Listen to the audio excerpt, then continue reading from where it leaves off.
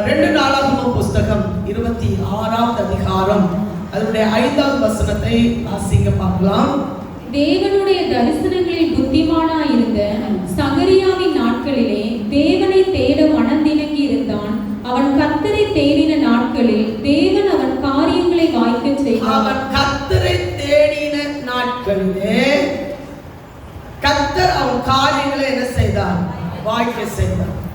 இந்த அதிகாரத்துல 26வது அதிகாரத்துல 2 பகுதியாக அதுல சொல்லப்பட்டிருக்கிறது. உசியா ராஜாவுடைய ராஜ்யபாரத்தினுடைய 52வது ராஜ்யபாரத்தினுடைய 2 பார்ட் இதுல ஒரே அதிகாரத்துல சொல்லி இருக்கிறத நம்ம பார்க்க முடியும். இந்த உசியா ராஜா யார் அப்படின்னு பார்க்கும்போது இஸ்ரவேல் ஜனங்களை அரசாட்சி செய்த ஒரு ராஜா. அமசியா என்று சொல்லுகிற ராஜாவுடைய மகனாக இந்த உசியா காணப்படுகிறார் என்று நம்ம வாசிக்கிறோம். இவருக்கு எத்தனாவது வயதுல ராஜாவானா அப்படின்னு பார்த்தா ரொம்ப சின்ன வயசு தான். 16 வயசுல அவன் ராஜ்யபாரத்தை எடுத்துக்கொண்டான். ஆனா அந்த 16 வயசுல அவன் ராஜ்யபாரத்தை எடுத்துக்கொண்டிருந்தாலும் அவனுக்குள்ளால இருந்த ஒரு தேவ பக்தி அவனுடைய ராஜ்யபாரத்தை ஆசீர்வாதமாக வழி நடத்த கர்த்தர் கிருபை கொடுத்தார். ஆமென். இன்னைக்கு நாம அதை பார்க்கும்போது 5வது அதிகாரம் 5வது வசனத்துல அவர் சொல்லப்பட்டிருக்கிற வார்த்தை சகரியாவின் நாட்களில். சகரியா யார் அப்படின்னு நம்ம பார்க்கும்போது தேவனுடைய தரிசனங்களில் புத்திமானாய் இருந்த சகரியாவின் நாட்கள்.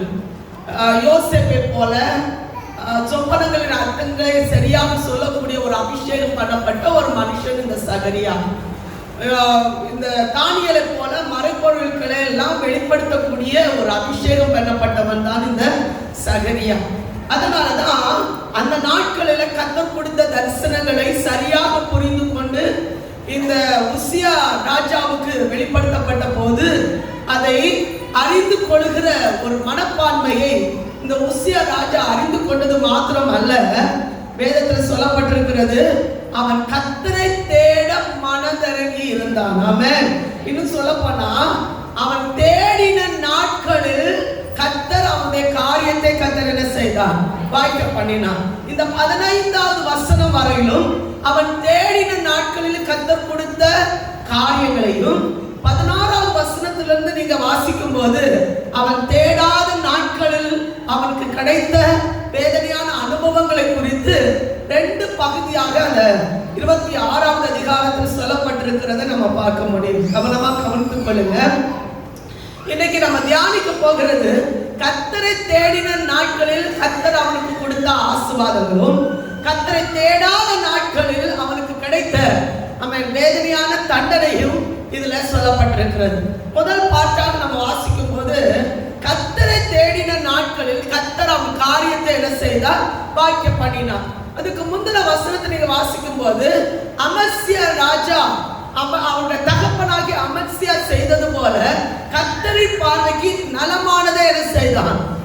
செம்மையானதை செய்தான். இந்த வார்த்தை நம்ம தியானிக்கும் போது யார் செம்மையானதை செய்ய முடியும்? வேதாகமத்தை நான் திருப்பி பார்க்கும்போது அநேக ராஜாக்கள் செம்மையானதை செய்திருக்கிறார்கள். யோதாம், எசேக்கியா ராஜா, ஆசா, இன்னும் சொல்ல போனா தாவீது, ஓசியா. தாவீதை நம்ம பார்க்கும்போது உசியாவனுடைய உரியாவுடைய மனைவியை தவிர மற்ற எல்லா காரியங்களிலும் அவன் உண்மை உள்ளவனாக இருந்தான் என்று வேதத்தில் சொல்லப்பட்டிருக்கிறது. இப்படி தாவீதின் வம்சத்தில் வருகிற அநேக ராஜாக்கள் கர்த்தர் பார்வையில் உண்மையாக செம்மையான காரியங்களை அவங்க என்ன செய்தார்கள். என்ன செம்மையானது செய்தார்கள் என்று நம்ம திருப்பி பார்க்கும்போது வேதாகமத்துல சில முக்கியமான காரியங்களை வேதாகமம் நமக்கு சொல்லிக் கொடுக்கிறது. பலி செலுத்தும் போது பலி செலுத்துகிற இடத்துல இரத்தத்தை நீங்கள் என்ன செய்யக்கூடாது? புசிக்க கூடாது. புசித்தால் அது கர்த்தருக்கு விரோதமாய் செய்கிற பாவம் என்று வேதத்துல வாசிக்கிறோம். ஆனா நீங்கள் செம்மையானதை நீங்க செய்ய வேண்டும் என்றால் இரத்தத்தை நீங்கள் என்ன செய்யக்கூடாது? புசிக்க கூடாது. வசனத்தை நீங்க வாசித்து பாருங்க. உபாகமம் 12வது அதிகாரம் 25வது வசனத்தை வாசிக்கும் போது நாம் செம்மையான காரியங்களை நாம் செய்ய வேண்டும் என்றால் பலி செலுத்துகிற இடத்திலும் உயிராக செயல்படுகிற இரத்தத்தை நாம் என்ன செய்யக்கூடாது? புசிக்க கூடாது என்று வேதம் தெளிவாக சொல்லப்பட்டிருக்கிறது. வாசிக்க பார்க்கலாம். நீ கர்த்தரின் பார்வைக்கு செம்மையானதை செய்வதினால் நீயும் உனக்கு பின்வரும் உன் பிள்ளைகளும் நன்றாய் இருக்கும்படி நீ அதை சாப்பிடலாகாது. நீ அதை சாப்பிடலாகாது. சிலர் ரத்தத்துக்கு முக்கியத்துவம் கொடுக்கறாங்க, ரத்தத்தை வரட்டி சாப்பிடுறாங்க, ரத்தம் சாப்பிடுறதுக்கு அதுக்கு அதிக முக்கியத்துவம் கொடுத்து அநேகர் இன்னைக்கு கர்த்தருக்கு அருவருப்பான காரியத்தை செய்கிறாங்க, பொல்லாப்பானதை செய்கிறாங்க. ஆனா வேதம் தெளிவா சொல்லுகிறது, நீ நன்றா இருக்கும்படிக்கு, உன் சந்ததி நன்றா இருக்கும்படிக்கு, தலைமுறை தலைமுறையால் நீ நன்றாக இருக்கும்படிக்கு அதை நீ ரத்தத்தோட நீ என்ன செய்யக்கூடாது, சாப்பிடலாகாது. ஆமென். நீ செம்மையான காரியத்தை நீ செய்யணும்னு விரும்பினால் நீ இந்த காரியத்துல இருந்து நீ விடுபட்டு தான் ஆக வேண்டும். இரண்டாவது பாருங்க, நம்ம செம்மையானதை செய்ய வேண்டும் என்றால் உபாகமம் 13வது அதிகாரம் அதனுடைய 17வது வசனத்தை வாசிக்கும் போது, சபிக்கப்பட்ட பொருள் ஒன்றும் நம் கையில என்ன செய்யக்கூடாது, இருக்கக்கூடாது. வாசித்து பாருங்க, உபாகமம் 13வது அதிகாரம் அதனுடைய 17வது வசனம் வாசிங்க. சபிக்கப்பட்ட பொருள்களில் ஒன்று உன் கையில் இருக்க வேண்டாம். நான் இன்று உனக்கு கற்பிக்கிற உன் தேவனாகிய கர்த்தரின் கற்பனைகளை எல்லாம் நீ கைக்கொண்டு உன் தேவனாகிய கர்த்தருடைய பார்வைக்கு செம்மையானதை செய்யும்படி அவர் சத்தத்திற்கு செவி கொடுப்பாயானால், அவர் சத்தத்துக்கு நீ செவி கொடுப்பாயானால் கர்த்தர் போதும். சபிக்கப்பட்ட பொருள் ஒன்று உன் கையில என்ன செய்யக்கூடாது, இருக்கக்கூடாது. ஆமென். சபிக்கப்பட்ட பொருள் என்ன? கர்த்தர் விரும்பாத ஆமென் எந்த விக்கிரமானாலும் உங்க கையில என்ன செய்யக்கூடாது, இருக்கக்கூடாது. இன்னும் சொல்ல போனா கர்த்தருக்குரியவைகள் ஒன்று நம்ம கையில என்ன செய்யக்கூடாது, இருக்கக்கூடாது. உலகத்துக்குரியது ஒன்று நம்ம கையில என்ன செய்யக்கூடாது, இருக்கக்கூடாது. விசுவாசிக்கிறவர் ஆமென் சொல்லுங்க பார்க்கலாம். அது தேவன் எடுக்கக்கூடாது என்று சொல்லுகிற காரியம் ஒன்று நம்ம கையில என்ன செய்யக்கூடாது, இருக்கக்கூடாது. இருந்தால் வேதம் தெளிவா சொல்லப்பட்டிருக்கிற பொல்லாதவைகளை நாம் செய்கிறவர்கள், ஆமென், கர்த்தருக்கு விரோதமாய் பொல்லாத காரியங்களை செய்கிறார். அதாவது வசனம் தெளிவா சொல்லப்பட்டிருக்கிறது, செம்மையானதை நீ செய்ய வேண்டும் என்றால் கர்த்தருடைய பார்வையில் நீ நன்மையானதை செய். ஆமென். மூன்றாவது, நாம் தேவனுடைய பார்வையில் செம்மையானதை செய்யணும்னா நம்ம வாழ்க்கையில இருந்து முழுவதும் அகற்றப்பட வேண்டியது விக்கிரகங்கள். ஆமென். வாசிக்க பார்க்கலாம். 2 நாளாகமம் 14வது அதிகாரம் 5வது வசனத்தை நீங்க வாசிக்க பார்க்கலாம். 2 நாளாகமம் 14வது அதிகாரம் 5வது வசனத்தை எடுத்தவங்க வாசிங்க.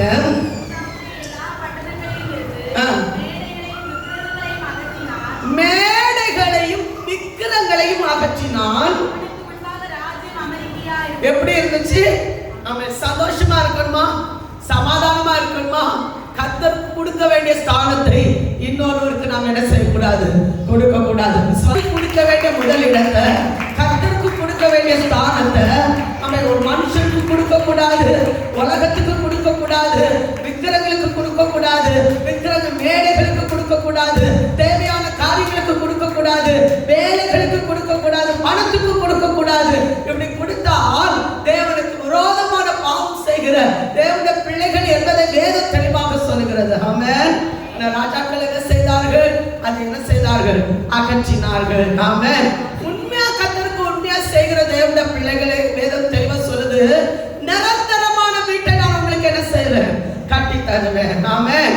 நிரந்தரமான ஸ்திரமான ஒரு வீட்டை நான் உங்களுக்கு கட்டி தருவேன். வாசித்து பாருங்க, 1 ராஜாக்கள் 11வது அதிகாரம் 38வது வசனத்தை நீங்க வாசிக்கும் போது, செம்மையானதை நீங்க செய்தால், கர்த்தருக்கு உண்மையானதை நீங்க செய்தால், கர்த்தர் பிரியப்படுகிற காரியங்களை நீங்க செய்தால், உங்களுக்கு ஸ்திரமான ஒரு வீட்டை நான் என்ன செய்வேன், கட்டி தருவேன். வாசிக்க பார்க்கலாம்.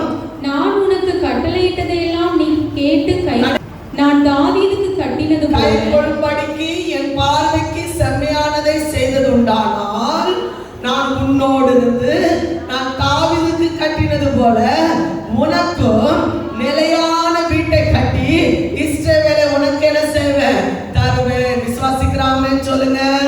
வீட்டை கட்டி தர்றது யாருடைய கரத்துல இருக்குது? கர்த்தர் கரத்துல இருக்குது. ஆமென்.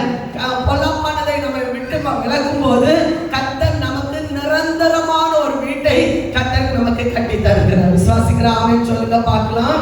அடுத்து அந்த வேதத்துல வாசிக்கிறோம், அவன் தேடின நாட்களில் கர்த்தருடைய காரியத்தை என்ன செய்தார், வாய்க்க பண்ணினார். அப்ப அதுக்கு அர்த்தம் கர்த்தருடைய கற்பனைகளையும் கர்த்தருடைய கட்டளைகளையும் விட்டு விலகாமல் பாதுகாத்துக் கொள்வதில் அவன் உண்மை உள்ள மனுஷனாக செயல்பட்டான் வாசிக்கிறோம். வாசிக்க பார்க்கலாம். யோசுவா 1வது அதிகாரம் 8வது வசனத்தை எடுத்தவங்க வாசிக்க பார்க்கலாம். இந்த நியாயப்பிரமாண புஸ்தகம் உன் வாயை விட்டு பிரியாதிருப்பதாக. நியாயப்பிரமாண புஸ்தகம், இத சொல்லப்பட்டிருக்கிற வார்த்தைகள் நம்ம ஏற்கனவே தியானிச்சோம். ஆமென். ரத்தத்தை புசிக்க கூடாது, சபிக்கப்பட்ட பொருட்கள் இருக்க கூடாது, விக்கிரகங்கள் ஒன்று நமக்கு முன்பாக வைக்க கூடாது, எதையும் முக்கியப்படுத்த கூடாது, கர்த்தரை முன்னிறுத்தி எல்லா காரியங்களும் செய்யப்பட வேண்டும் என்பதை தேவன் நமக்கு சொல்லி தந்த நியாயப்பிரமாண புஸ்தகம் உன் வாயை விட்டு பிரியாதிருப்பதாக. அடுத்து என்ன சொல்லப்பட்டு வாசிக்க பார்க்கலாம். இது எழுதியிருக்கிறபடி எல்லாம் நீ செய்ய கவனமாய் இருக்கும்படி இரவும் பகலும் அதை தியானித்துக் கொண்டிருப்பாயாக. அப்பொழுது நீ உன் வழியை வாய்க்க பண்ணுவாய், அப்பொழுது புத்திமானாகவும் நடந்து கொள். விசுவாசிக்கிறாமே சொல்லுங்க பார்க்கலாம். உங்க கையில தரப்பட்டிருக்கிற வேதாகமத்தை கையில ஏந்தி சுமக்கிறவங்களா இருந்தா, வாசிக்கிறவங்களா இருந்தா அது உங்களை சுமக்கும். ஹல்லேலூயா. எங்களுக்கு சொல்லி கொடுத்துருக்காங்க, வேதாகமத்தை சுமந்தா அது உங்களை என்ன செய்யும்? சுமக்கும். எத்தனை பேர் விசுவாசிக்கிறீங்க? வேதாகம வார்த்தைகளை உங்க வாயில சொன்னா அது உங்களை பிழைக்க வைக்கும். ஆமென். உங்களை சாபத்திலிருந்து, பாரம்பரியங்களில் பல விதமான கட்டிலிருந்து விடுதலை கொடுக்கக்கூடிய வார்த்தைகளை உங்க வாயிலிருந்து கட்ட சொல்ல வைப்பார் என்றால் அது உங்க வாழ்க்கையில ஒரு ஜெயத்துக்கு நேரா என்ன செய்யும்? வழி நடத்தும். விசுவாசிக்கிறாமே சொல்லுங்க பார்க்கலாம். ஆமென். யோசுவாவுடைய வாழ்க்கையை நீங்க வாசித்து பார்த்தீங்கன்னா, நீ அதை விட்டு பிரியாமல் இருந்தால் நீ உன்னுடைய காரியத்தை வாய்க்க பண்ணுவார். ஆமென். நீ புத்திமானாகவும் நடந்து கொள்வாய். ஆமென். அப்ப கர்த்தர் நம்ம புத்திமானா நடக்கிறதுக்கு ஒரு வழியை வச்சிருக்கிறார். நியாயப்பிரமாணத்தை நம்ம வாயை விட்டு என்ன செய்யக்கூடாது? புரிஞ்சவங்க ஆமென் சொல்லுங்க. இப்ப நியாயப்பிரமாணம் உங்க வாயை விட்டு என்ன செய்யக்கூடாது? பிரியவே கூடாது. அப்பதான் கர்த்தருடைய காரியத்தை. அப்ப இந்த உசியா என்ன செய்திருக்கிறான்னா, இந்த காரியத்தை எல்லாம் என்ன செய்திருக்கிறார்? செய்திருக்கிறார். அதனாலதான் நீ செம்மையானதை அவன் செய்தான் என்று சொல்வதற்கு இந்த ஒரு வார்த்தை இந்த இடத்துல சொல்லப்பட்டிருக்கிறது. அதனாலதான் கர்த்தர் அந்த காரியத்தை என்ன செய்தார்? வாய்க்க பண்ணினார். ஒரு வசனம் கூட நீங்க அதுல வாசிக்கும் போது சங்கீதம் 37 5வது சங்கீதத்தை உன் வழியை கர்த்தருக்கு ஒப்புவி, அப்பொழுது உன் காரியத்தை கர்த்தர் என்ன செய்வார்? வாய்க்க பண்ணுவார். வாசிங்க பார்க்கலாம். அந்த வசனத்தை வாசிங்க. உன் வழியை கர்த்தருக்கு ஒப்புவித்து அவர் மேல் நம்பிக்கையாயிரு, அவரே காரியத்தை என்ன செய்வார்? வாய்க்க பண்ணு. ஒரு காரியம் நம்ம செய்ய போறோமா, தோல்வி அடையாம திரும்பி வருகிறோம் அப்படின்னு சொன்னா அது கர்த்தர் நம்ம கூட இருந்தால் மட்டும்தான். ஹல்லேலூயா. கர்த்தர் வாய்க்க பண்ணாவிட்டால் எதையும் நம்மால் சாதிக்க முடியாது. விசுவாசிக்கிறீங்களா? விசுவாசிக்கிற ஆமென் சொல்லுங்க பார்க்கலாம். அவர் காரியத்தை செய்யணும் நான் விரும்புறேன், கர்த்தருக்காக தான் செய்யணும்னு விரும்புறேன். ஆனா கர்த்தர் அதை விரும்பல அப்படின்னா கர்த்தர் அதை வாய்க்க பண்ணி தர மாட்டார். ஆமென். என் வாழ்க்கையில ஒரு காரியம் நடக்கணும்னு நான் விரும்புறேன், ஆனா கர்த்தருக்கு அதை விருப்பம் இல்லை அப்படின்னு சொன்னா அது நம்ம வாழ்க்கையில் நடக்கவே நடக்காது. அதே பட்சத்துல கர்த்தருக்கு உண்மையா உத்தரவாதத்தோடு கர்த்தருடைய சமூகத்துல இருந்து கர்த்தருடைய துணையோடு நாம் கடந்து சென்றா கர்த்தர் சகலவற்றை கர்த்தர் நமக்கு வாய்க்க பண்ணுவார். ஹல்லேலூயா. சங்கீதம் 1 தெளிவா சொல்லி இருக்கு பாத்தீங்களா? இரவும் பகலும் அவருடைய வேதத்தில் தியானமாய் இருக்கிற மனுஷன். வசனம் தெரியும் சொல்லுங்க, கைவிட்டு ஒரு ஆமென் சொல்லுங்க பார்க்கணும். இரவும் பகலும் வேதத்தை தியானிக்கிறவங்களுக்காக கர்த்தரை துதிக்கிறேன். ஹல்லேலூயா. இதை விடாம தியானிக்கிற பிள்ளைகள் ரொம்ப பாக்கியம் பெற்றவர்கள். உண்மையா சொல்றேன், அது நம்ம நடத்தும். சபை நடத்துது அப்படின்னா அந்த காலையும் மாலையும் அது தியானிக்கப்படுது சபையில. ஆமென். கர்த்தருடைய வார்த்தை தியானிக்கப்படுது, கர்த்தர் அதை நடத்துகிறார். ஆமென். எத்தனை பேர் விசுவாசிக்கிறீங்க? குறை இல்லாம நடத்துகிற சர்வ வல்லமையுள்ள தேவன் நம்மை நடத்துவார். இரவும் பகலும் அவருடைய வேதத்தில் தியானமாய் இருக்கிற மனுஷன் பாக்கியவான் என்று சொல்லப்பட்டிருக்கிறது. அடுத்து சொல்லப்படு பாருங்க, அவர் தேடின நாட்களில். இது ரொம்ப முக்கியம். இந்த வார்த்தையை ஒரு நாள் நம்ம மறக்க கூடாது. வேதத்துல வாசிக்கிறோம், கர்த்தரை தேடுங்கள் அப்பொழுது நீங்கள் அவரை என்ன செய்வீங்க? கண்டடையும். தேடுங்கள் கண்டடைவீர்கள். ஆமென். தேடாத பட்சத்துல தேவனை நம்ம என்ன செய்ய முடியாது? பார்க்க முடியாது. எத்தனை பேர் கர்த்தரை பார்த்திருக்கீங்களோ அவங்க ரொம்ப பாக்கியம் பெற்றவர்கள். அந்த ஒரு வசனம் தெளிவா சொல்லுது, கர்த்தரை கண்டடையத்தக்க நேரத்தில் அவரை தேடுங்கள், அதிகாலையில் தேடுகிறவன் என்ன செய்வான்? கண்டடைவான். ஹல்லேலூயா. ஒரு 2 வசனத்தை வாசிக்கலாமா? செப்பனியா 2வது அதிகாரம் 3வது அதுல அந்த ஒரு வசனத்திலே சகலமா அடங்கி இருக்கிறதே என்னால் பார்க்க முடிந்தது. வாசிக்க பார்க்கல. செப்பனியா 2வது அதிகாரம் அந்த 3வது வசனத்தை வாசிங்க. தேசத்தில் உள்ள எல்லா சிறுமையானவர்களே, தேசத்தில் இருக்கிற எல்லா சிறுமையானவர்களே, கர்த்தருடைய நியாயத்தை நடப்பிக்கிறவர்களே, அவரை தேடுங்கள், அவரை தேடுங்கள், நீதியை தேடுங்கள், மனத்தாழ்மையை தேடுங்கள். என்ன தேடணும்? எதெல்லாம் தேடணும்? கர்த்தரை தேடுங்கள், நீதியை தேடுங்கள், மனத்தாழ்மையை தேடுங்கள். அப்பொழுது ஒருவேளை கர்த்தருடைய கோபத்தின் நாளிலே மறைக்கப்படுவீர்கள். ஆமென். எவ்வளவு அழகா சொல்லப்பட்டிருக்கு பாத்தீங்களா? தீர்க்கதரிசி ஒரு சின்ன தீர்க்கதரிசி தான்.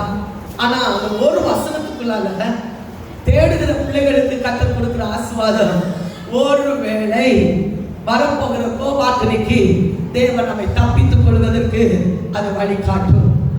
அல்லேலூயா. யாரை தேடணும்? கர்த்தரை, நீதியை, மனத்தாழ்மையை.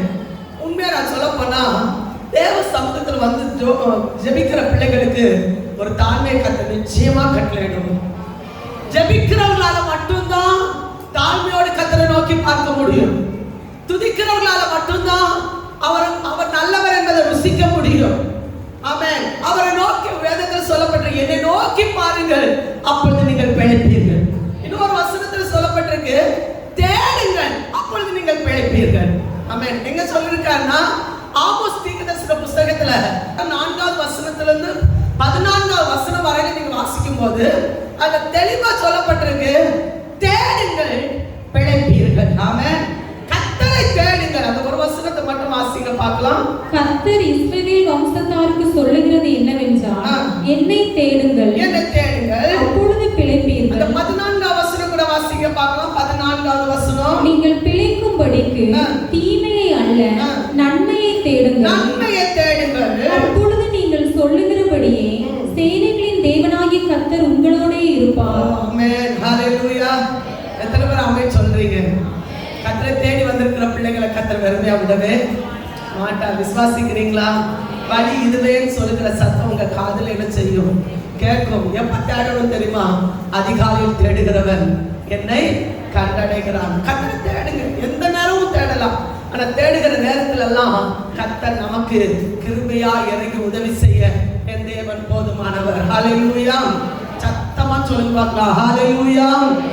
நீதியை தேடுகிறவர்கள், மனத்தாழ்மை தேடுகிறவர்கள், கர்த்தரை தேடுகிறவர்கள், அவர்கள் பிழைக்கப்படுகிற சர்வ வல்லமுள்ள தேவன். ஆமென். அதாவது சொல்றார் பாருங்க, தேடின நாட்களில். ஆமென். அந்த கீழே உள்ள வசனங்கள் எல்லாம் நீங்க வாசிக்கும் போது அது தெளிவா சொல்லப்பட்டிருக்கு, கர்த்தர் சகல காரியங்களையும் அனுகூலமாய் கர்த்தர் மாற்றி கொடுத்தார். ஆமென். ஆசாவை குறித்து, ஆசா ராஜாவை குறித்து தியானிக்கும் போதும் இதே பகுதியை நம்ம அந்த இடத்துல நம்ம வாசிக்க முடியும். அனுகூலமா இருந்த நாட்களில கர்த்தர் சகல காரியங்களையும் வாய்க்க பண்ணி கொடுத்தார். ஆமென். அவன் கோபுரங்களை கட்டினான், அவன் கோடி அலங்கங்களை அவன் கட்டினான், அவனுக்கு தேவையான சகல பொருட்களை கர்த்தர் சபதரிக்க கர்த்தர் கிருபை கொடுத்தார், சேனைகளை திரட்ட கர்த்தர் கிருபை கொடுத்தார். அதே போல உசியாவுடைய வாழ்க்கையிலும் கர்த்தர் இந்த காரியத்தை கர்த்தர் என்ன செய்திருக்கிறார். வாசித்து பாருங்க. 7வது வசனத்தினுடைய பின்பகுதியில தேவன் அவனுக்கு துணை செய்தார். ஆமென். பெலிஸ்தர்களை வெல்லும்படியாக கர்த்தர் உதவி செய்தார், பட்டணங்களை கட்ட கர்த்தர் உதவி செய்தார். இன்னும் சொல்ல போனா ஆமென், சத்துருக்களை மேற்கொள்ளக்கூடிய கிருபையும் கர்த்தர் அவனுக்கு என்ன செய்தார்? கொடுத்தார். வாசித்து பாருங்க. 2 நாளாகமம் 19வது அதிகாரம் 11வது வசனத்தை நீங்க வாசிக்கும் போது அதோட பின்பகுதியை நீங்க வாசித்து பார்த்தீங்கன்னா, உத்தமர்களுக்கு கர்த்தர் என்ன செய்கிறாராம்?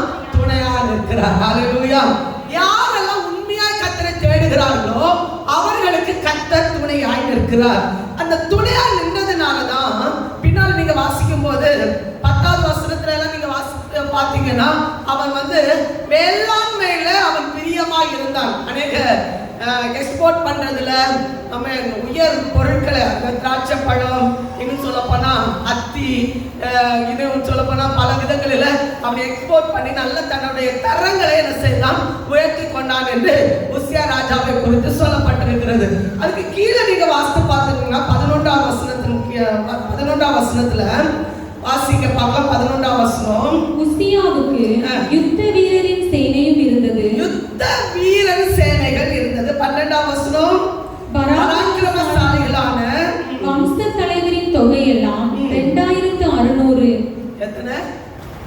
வீரர்கள், பராக்கிரமசாலி. எத்தனை பேர் இருந்தாங்க?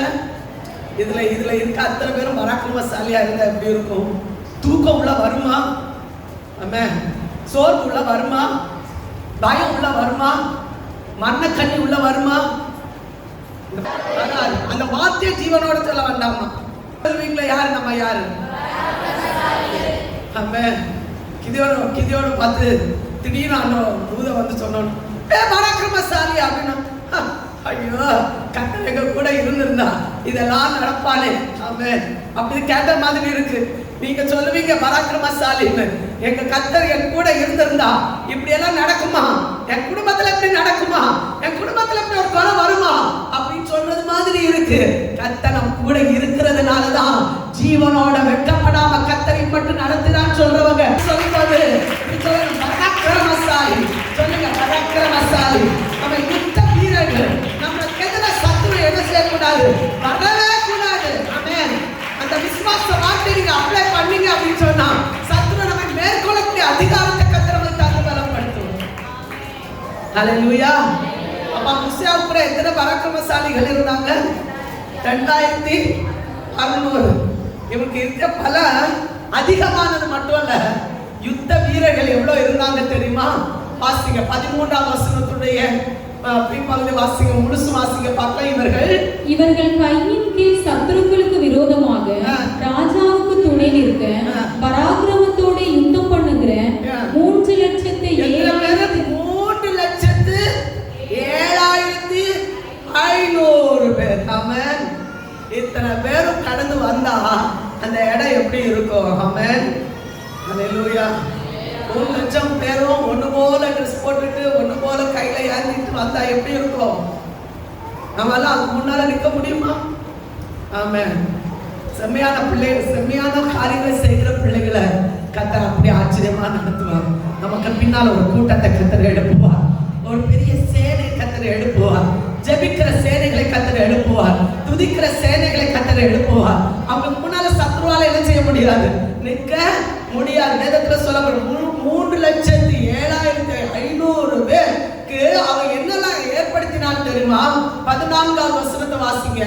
இந்த சேனையில் உள்ளவர்களுக்கெல்லாம் உசியா 3,07,500 பேருக்கும் கேடகத்தை ஏற்படுத்தினான். அடுத்து ஈட்டிகள், தலைசீராக்கள், மார்க்கவசங்கள், வில்லுகள், கல்லெறிகிற கவன்கள். ஆமென். இதெல்லாம் கையில இருக்கிறவங்க ஒரு ஆமென் சொல்லுங்க. ஆமென். ஹல்லேலூயா. கவனை விடாதீங்க. தாவீது கையில இருந்தது என்னதான்? சாதாரணமானது இல்ல. ஒரு சாதாரணமான ஒரு கல்ல போல அவன் காணப்பட்டிருந்தாலும் சர்வ வல்லமுள்ள தேவன் கூட இருந்ததுனால கவனம் வச்சே பெரிய கோலியத்தை அவன் முறியடித்தான். ஆமென்.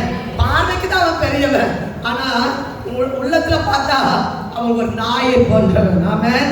ஒரு சிங்கத்தை போன்றவன். இத சிங்கத்தை நான் எப்படி கிழித்து எறிந்தானோ அதே போன்றவனாக இருப்பான் என்று சொல்லி அவன் போய் அதை என்ன செய்தான்? ஜெயித்தானா? ஆமென். நம்முடைய கையில அப்படிப்பட்ட ஆயுதங்கள் இருக்க வேண்டும் என்று கர்த்தர் நம்மிடத்தில் எதிர்பார்க்கிற விசுவாசிக்கிற ஒரு ஆமென் சொல்லுங்க பார்க்கலாம். கையில கேடகம், ஈட்டி, அம்பு, தலைசீரா, மார்க்கவசம், வில்லு, கல்லெறியக்கூடிய என்னது கவன்களையும் அவன் ஆயத்தப்படுத்தினான். இந்த ஆயுதங்கள் எல்லாம் நம்ம கையில கர்த்தர் கொடுத்திருக்கிறார். அவன் அன்றைக்கு உசியா ராஜா பராக்கிரமசாலிகளாய் இருந்த யுத்த வீரர் கையில கர்த்தர் ஆயத்தமாக்கி கொடுத்தது மாத்திரம் இல்ல, தன்னுடைய ராஜ்யத்தை பலப்படுத்துவதற்கு, தன்னுடைய ராஜ்யத்தினுடைய மேன்மைப்படுத்துவதற்கு, தன்னுடைய ராஜ்யத்தை குறித்து பயம் உண்டாகிறதுக்கு யுத்த வீரர் கையில இதை கர்த்தர் கொடுத்த போது ஆமென், கர்த்தர் சமூகத்துல மற்ற ராஜ்யங்கள் எல்லாம் இதை கண்டு பயந்து நடுங்கும்படியான கிருபை கர்த்தர் கொடுத்தார். ஆமென். நம்மள பார்க்கிறதுக்கு ஒரு சாதாரணமான மனிதர்களா இருக்கலாம், ஆனா நம்ம கையில யுத்த ஆயுதங்கள் இருக்குமானால் எந்த சத்துரு நம்மளை மேற்கொள்ள முடியாது. ஹல்லேலூயா. விசுவாசிக்கிறீங்களா? விசுவாசிக்கிற ஆமென் சொல்லுங்க பார்க்கலாம். இதெல்லாம் கர்த்தர் ஆயத்தமாக்க கர்த்தர் உதவி செய்தார். அடுத்த வசனம் தெளிவா சொல்லுது பாருங்க. இதெல்லாம் அவன் செய்த போது கர்த்தர் எல்லா காரியங்களையும் அவனுக்கு வாய்க்கப்பட. அந்த கடைசி வசனத்துல 15ஆம் வசனத்தினுடைய பின்பகுதியை நீங்க வாசித்து பாருங்க. அப்படியே அவன் கீர்த்தி வெகு தூரம் பரவிச்சு அவன் அவன் பலப்படும் மட்டும் ஆச்சரியமாய் அவனுக்கு அனுகூலமாயிற்று. ஆமென், ஹல்லேலூயா. அவன் பேர் பிரஸ்தாபமாயிற்று. அவனுடைய பேர் சொல்லப்படாத இடம் எங்கும் இல்லை. ஆமென். எல்லா இடங்களிலும் உசியா ராஜா, உசியா ராஜா, உசியா ராஜா என்று சொல்கிற அளவுக்கு அவன் கீர்த்தி பெற்றவனாக இருந்தான். காரணம் கர்த்தரை தேடினதுனால. ஆமென். கர்த்தருக்கு செம்மையானதை செய்ததுனால, கர்த்தருக்கு முக்கியத்துவம் கொடுத்ததுனால, கர்த்தருக்கு முதலிடம் கொடுத்ததுனால, கர்த்தருக்காக சகலவற்றையும் அவன் செய்து முடித்ததுனால கர்த்தர் அவனுக்கு சகலவற்றையும் கர்த்தர் வாய்க்க பண்ணினார். ஹல்லேலூயா.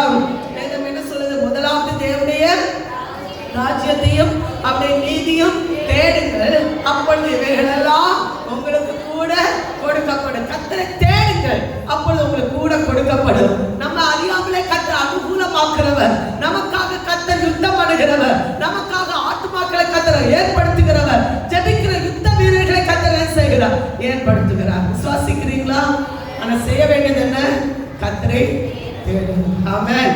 கர்த்தரை தேடின நாட்களில் கர்த்தர் சகலமும் கர்த்தர் என்ன செய்தார்? அனுகூலமாக்கினார். அது மட்டும் இல்ல, அவன் பலப்பட்ட போது. ஆமென். அடுத்த பாட்டு அதான் ரொம்ப முக்கியம்.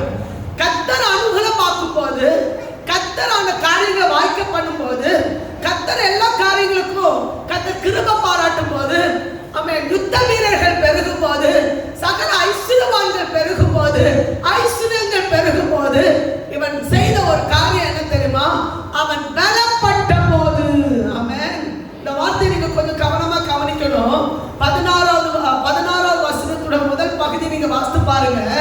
அவன் பலப்பட்ட போது தனக்கு கேடு உண்டாகும் மட்டும் அவனுடைய மனமேட்டிமையாகி. ஹல்லேலூயா. ஆமென். தேடு வரையிலும் பிரச்சனை இல்லை, கர்த்தரோடு கூட இருக்கும் வரையிலும் பிரச்சனையே இல்லை. ஆமென், ஹல்லேலூயா. கர்த்தருக்கு முன்பாக பயப்படுறேன்னு சொல்றவங்க ஒரு ஆமென் சொல்லுங்க. கர்த்தருக்கு முன்பாக நடுங்குறேன்னு சொல்றவங்க ஒரு ஆமென் சொல்லுங்க. ஜெபம் அவ்வளவு துணிகராய் போச்சு, ஆராதனை அவ்வளவு துணிகராய் போச்சு. காரணம் மனமேட்டிமை, துணிகரம். கர்த்தருக்கு விரோதமாய் நம்ம இருக்கிறோம் என்பதை அறியாமல் இருக்கிறார்கள். பார்க்கும்போது ரொம்ப வேதனையா இருக்கு. உண்மையா சொல்ல போனா எப்படி இருக்க முடியும்? கர்த்தரை ஆராதிப்பதற்கு ஒரு நேரத்தை கர்த்தர் தந்திருக்கிற நேரத்துல அதே நோண்டிட்டே இருக்கு. எவ்வளவு மணி நேரம் நோண்டுறது? யோசித்து பாருங்க. இனி வர நாட்கள் எப்படிப்பட்ட நாட்கள்? தீவனம் வர்றதுக்கு முன்னால மனம் திரும்பினால் மிகவும் நல்லது. கர்த்தர் தந்திருக்கிற நேரத்துல கர்த்தரை தேடாமல் போனால், உசியா ராஜா தன்னுடைய வாழ்க்கையில என்ன அனுபவித்திருக்கிறார் தெரியுமா? இத்தனை சேனைகளை அவன் சம்பாதித்தவன், இவ்வளவு ராஜ்யத்தின் மேன்மை பெற்றவன், கீர்த்தியை பெற்றவன், நல்ல கர்த்தருக்காக நன்றாக முதலிடம் கொடுத்தவன், செம்மையானதை செய்தவன். கடைசியில தான் பலப்பட்ட போதோ, தனக்கு ஆஸ்திகள் வந்த போதோ, மனுஷ பலம் வந்த போதோ, யுத்த வீரர்கள் வந்த போதோ, வேதம் தெளிவா சொல்லுகிறது, துணிகரம். அவனுக்குள்ள துணிகரம். கர்த்தரை தேடுவதற்கு அவன் தேவனை விட்டு தூரம் போகிறதுக்கு ஒரு துணிகரம். என்ன செய்தான் தெரியுமா? ஆசாரியர்கள் செய்ய வேண்டிய தூப பீடத்தில் போய் நின்று அவன் துணிகரமாய் செயல்பட்டான் என்று வேதம் சொல்லுகிறது.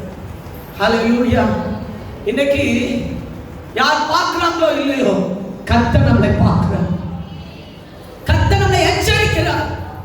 கர்த்தருடைய சமூகத்தில் உண்மையா இருக்கிற பிள்ளைகளை, தேடுகிற பிள்ளைகளை கர்த்தர் ஆசீர்வதிச்சுட்டே தான் இருப்பார். ஆமென். கர்த்தர் அவங்களுக்கு பலம் கொடுத்துட்டு தான் இருப்பார், பலப்பட்டுட்டு தான் இருப்பாங்க. கர்த்தர் சகலத்தை காத்து அனுகூலமா கர்த்தர் மாற்றி கொடுப்பார், காரியத்தை வாய்க்க பண்ணுவார்.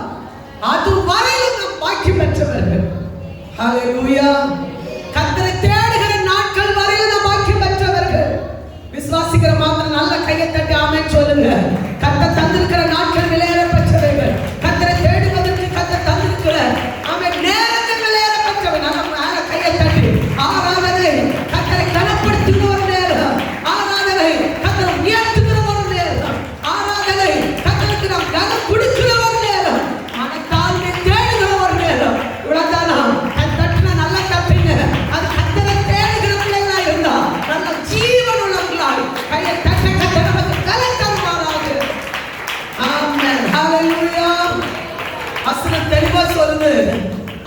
பலப்பட்ட போது. ஆமென். என்ன நடந்துச்சு பாருங்க, வாசிங்க. அவனுடைய மனம், ஆமென், அவனுடைய மனம் பெருமை வந்துட்டனாலே, நம்ம அன்னைக்கு படிச்சோம், நேபுகாத்நேச்சருக்கு என்ன வந்துச்சு? பெருமை வந்ததுனால என்ன நடந்தது? மிருகமா மாறிட்டு குணமே வந்து. அதுக்கப்புறம் நீங்க என்ன போய் சொல்லுங்க, அவங்க உங்களையும் மதிக்க மாட்டாங்க, அதோட வார்த்தையை என்ன செய்ய மாட்டாங்க, மதிக்க மாட்டாங்க. வசனம் தெளிவா சொல்லுது பாருங்க, கவனமா கவனிச்சுக்கொள்ளுங்க. மனமேட்டுமை ஆகி தன் தேவனாகிய கர்த்தருக்கு விரோதமாக மீறுதல் செய்து தூப பீடத்தின் மேல் தூபம் காட்ட கர்த்தருடைய ஆலயத்துக்குள் பிரவேசித்தான். கர்த்தருடைய ஆலயம் சொல்றது யாருக்குரியது? கர்த்தருடைய ஆலயம் யாருக்குரியது? கர்த்தரை ஆராதிப்பதற்காக கர்த்தர் தந்திருக்கிற ஒரு ஸ்தானம், பரிசுத்த ஸ்தலம். ஆமென். கர்த்தருடைய பீடத்துல நின்று ஊழியம் செய்கிறதுக்கு கர்த்தர் சிலரை கர்த்தர் ஏற்படுத்தி வைத்திருக்கிறார். வேதத்துல சொல்லப்பட்டிருக்க, அன்றைக்கு இருந்த ஆசாரியர்கள் கூட்டம் 80 பேர் இருந்தாங்க. 80 பேர் இருக்க விட்டு துணிகரமா தான் ராஜா என்ற ஸ்தானத்தை காண்பிப்பதற்காக, தான் எல்லா அதிகாரம் பெற்றிருக்கிறேன் என்று காண்பிப்பதற்காக துணிச்சு போய் ஆசாரியர் செய்ய வேண்டிய தூப பீடத்துல போய் நின்று தூபம் காட்டினாங்க. ஆமென். இந்த 80 ஆசாரியர்களோ அவங்களுக்கு எதிர்த்து நின்ற போது வேதம் தெளிவா சொல்லுது, மனமேட்டிமை கொண்ட அவன் கோபம் கொண்டான், உக்கிரம் கொண்டான். ஆமென். ஹல்லேலூயா. கர்த்தருடைய வார்த்தை சொல்லும்போது சில நேரங்கள் நமக்கு என்ன வருது? கோபம், எரிச்சல். ஆமென். மனம் திரும்ப மனம் இல்லை.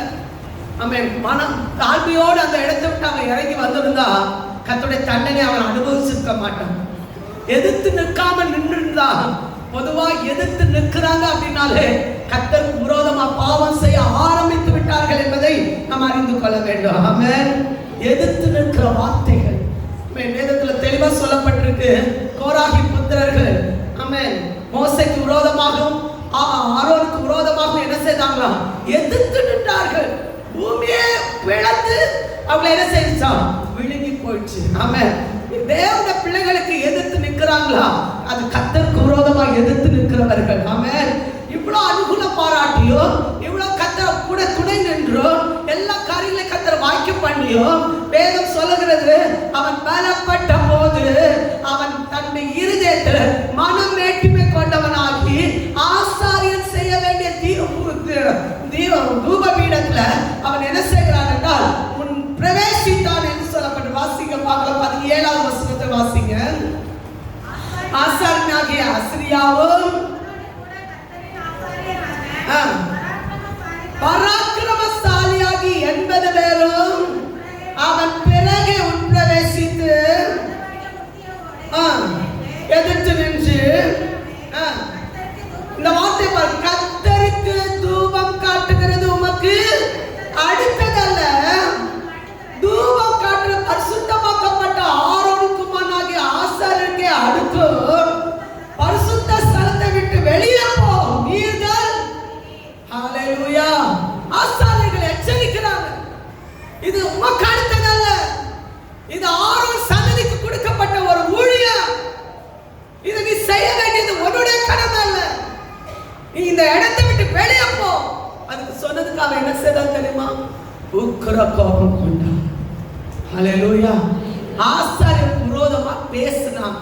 இந்த 80 பேருக்கு விரோதமா எதிர்த்து நின்றான் என்று சொல்லப்பட்டது. மனம் மேட்டிமா வந்துட்டுனாலே எதிர்ப்பு வந்துச்சுன்னு அர்த்தம். ஆமென். யாராவது கொஞ்சம் எதிர்த்து பேசுறாங்களா? கொஞ்சம் நீங்க கவனமா கவனிச்சு பாருங்க. கொஞ்சம் பெருமை வந்துட்டுன்னா, எல்லாத்துலயும் ஐஸ்வரம் வந்துட்டா, ஆஸ்தி வந்துட்டா, கர்த்தர் கொஞ்சம் பலனடைய கர்த்தர் உதவி செய்துட்டாரா, அவங்களுக்குள்ளால ஒரு மன சஞ்சலிப்பு வந்துச்சா, இறுதிய கொஞ்சம் பெருமை வந்துச்சா, யாரை பார்த்தாலும் மதிக்காம போறாங்களா? ஆமென். வேதம் தெளிவா சொல்லுகிறது, கர்த்தருக்கு விரோதமாய் பாவம் செய்கிறவர்கள். ஹல்லேலூயா. அடுத்து சொல்லப்பட்டு பாருங்க, அந்நேரமே, ஆமென், இது தேவனாகிய கர்த்தர் நமக்கு மேன்மையாக நபியாது என்றார்கள். 19வது வசனம். அப்பொழுது உசியா கோபம் கொண்டான். அவன் தூப கலசத்தை தீப்பந்தத்தை தன் கையிலே பிடித்து ஆசாரியரோடு கோபமாய் பேசுகிற போது ஆசாரியருக்கு முன்பாக கர்த்தருடைய ஆலயத்திலே தூபபீடத்தின் முன் நிற்கிற அவனுடைய நெற்றியிலே குஷ்டரோகம் தோன்றிற்று. ஹல்லேலூயா. இப்படி ஒரு நிறைய பேருக்கு ஒரு கேள்வி இருக்கு. அன்னைக்கு உசியா ராஜா தூபபீடத்துல நிற்கும் போதே குஷ்டரோகம் என்ன செய்யுச்சு? வெளிப்பட்டுச்சு. இன்னைக்கு யான் உடனே கேட்கல. அன்னைக்கு கேட்டது போல இன்னைக்கு கேட்டிருந்தா நம்மளால உயிரோட இருக்கவே முடியாது. இது கிருபை நாட்கள். கிருபை நாட்கள். விசாரிக்கப்படுற ஒரு நாள் வருது. மொத்தமா எல்லாம் சேர்த்து வச்சு ஒரு நாள் வரப்போகுது. நம்ம செய்த எல்லா அக்கிரமங்களும் விசாரிக்கப்படுகிற ஒரு நாள் வருது. விசாரிப்பின் நாளிலே அப்படின்னு சொல்லப்பட்டது. ஹல்லேலூயா. நிறைய பேருக்கு இன்னைக்கு திமிரா போறதுக்கு காரணம், ரொம்ப வைராக்கியமா போறதுக்கு காரணம், உடனே கர்த்தர் கேட்கல, உடனே கர்த்தர் விசாரிக்கல, உடனே இப்படிப்பட்ட காரியங்கள் வெளிப்படல. இதனால ரொம்ப திமிரா செயல்படுகிற ஒரு அனுபவத்தை நம்ம இன்னைக்கு பார்க்க முடியும். அன்னைக்கு இந்த செயல்பட்ட இந்த உசியாவுடைய வாழ்க்கையில அந்த 80 ஆசாரியர்கள் நிற்க போய் அதே தூபபீடத்துல எல்லார் கண்களுக்கும் ஓட்டனே அந்த நேரத்துல தாமே அப்படியே நெற்றியில என்ன பட்டது தெரியுமா? குஷ்டரோகம் வெளிப்பட்டதை கண்களால் பார்க்க முடியும். ஹல்லேலூயா. உடனே அவன் என்ன செய்தான் தெரியுமா? அவனும் தன்னை உணர்ந்து கொண்டு வெளியே போக புறப்பட்டான். ஆசாரியர்கள் தீவிரமாக அவனை வெளியே என்ன செய்தாங்க? அன்றைக்கு அவன் ஆசரித்ததுதான், அன்றைக்கு அவன் ஆலயத்துக்குள் பிரவேசித்ததான், அன்றைக்கு தான் அவன் கர்த்தரை ஆராதிக்கணும்னு சொல்லி போனவன் தான். அதுக்கப்புறம் மரண நாள் மட்டும் அவன் ஆலயத்துக்குள் பிரவேசிக்கிறதுக்கு தேவன் அனுமதிக்கவே இல்லை. அவன் ராஜ்ய பாரத்துல கூட அவனுக்கு பின்னாக நின்ற இந்த 3,07,500 பேர் கூட அவனுக்கு பின்னாக போகவே இல்லை. அவனுக்கு ஒரு வீடு கட்டப்பட்டு அவன் குஷ்டரோகியா மரண பரியந்தமும் குஷ்டரோகியாவே இருந்து மரித்தான் என்று வேதம் சொல்லுகிறது. செம்மையானதை செய்தான். கர்த்தர் அனுகூலமா இருந்தா, காரியத்தை கர்த்தர் வாய்க்க பண்ணினா, எல்லா காரியமும் நல்லாதான் இருந்துச்சு. ஆனா பலப்பட்ட போதோ இன்னைக்கு கர்த்தர் நமக்கு தந்திருக்கிற நேரங்கள் விலையேறப்பட்டவைகள், கர்த்தர் நமக்கு தந்திருக்கிற தருணங்கள் விலையேறப்பட்டவைகள்.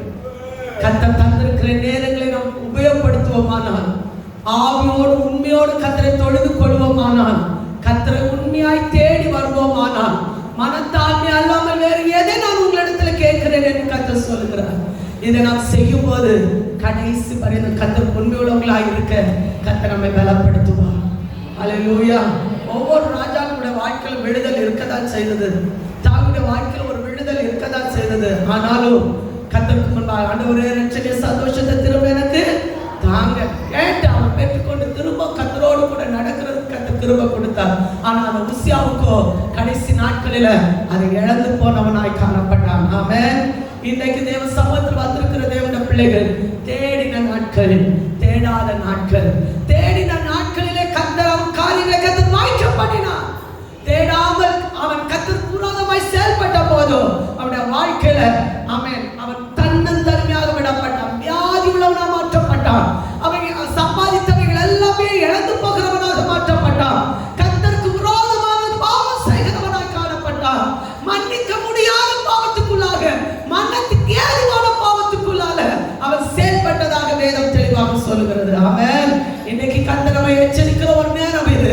கர்த்தர் நம்மளை பலப்படுத்திக் கொண்டே இருக்கும் போது கர்த்தருக்குள்ளாலே பலனடைகிறவர்களாய், ஜெபிக்கிறவர்களாய், துதிக்கிறவர்களாய், ஆராதிக்கிறவர்களாய், கர்த்தருக்காக ஓடுகிறவர்களாய், கர்த்தர் நமக்கு அனுகூலமாக கடைசி வரை இருக்கும் வரையிலும் ஒரு குறையில்லாமல் வழி நடத்தக்கூடிய நல்ல சர்வ வல்லமையுள்ள தேவனாய் அவனை விட்டு விலகாதபடி நம்மை பாதுகாத்துக் கொள்ள கர்த்தர் நம்மை பலப்படுத்துவாராக. ஹல்லேலூயா. அந்த 5வது வசனத்தை ஒரு முறை கூட வாசிங்க. அவன் தேடின நாட்களில ஆமென் கர்த்தர் அவனுடைய காரியத்தை என்ன செய்தார்? வாய்க்க பண்ணினார். வாசிங்க 5வது வசனம். தேவனுடைய தரிசனங்களில் புத்திமானாயிருந்த சகரியாவின் நாட்களிலே தேவனை தேட மனதிறங்கி இருந்தான். அவன் கர்த்தரை தேடின நாட்களில் தேவன் அவன் காரியங்களை கண்டடைவீர்கள். தேடுங்கள், பிழைப்பீர்கள். தேடுங்கள், கர்த்தர் கூட இருப்பார். கூட கர்த்தர் கூட இருந்து வழி நடத்துவா. சகல காரியங்களை கர்த்தர் அனுகூலமா மாற்றி தருவா. இல்லாவிட்டால் கர்த்தருடைய ஆசீர்வாதத்தை நாம் இழக்கிறவர்களாய் காணப்படுவோம். ஹல்லேலூயா. ஆமென். இதே அதிகாரத்துல இந்த உசியாவுடைய வாழ்க்கையில நன்மையும் இருக்குது, தீமையும் இருக்குது. ரெண்டு பக்கத்தையும் நம்ம பார்க்கணும். வேதத்துல சொல்லப்பட்டிருக்கிறது, ஜீவனையும் மரணத்தையும் உங்களுக்கு முன்பாக வைக்கிறேன், நீங்க எதை தேர்ந்தெடுத்துக் கொள்கிறீர்களோ அது உங்க வாழ்க்கையில வாய்க்க பண்ணுவேன்.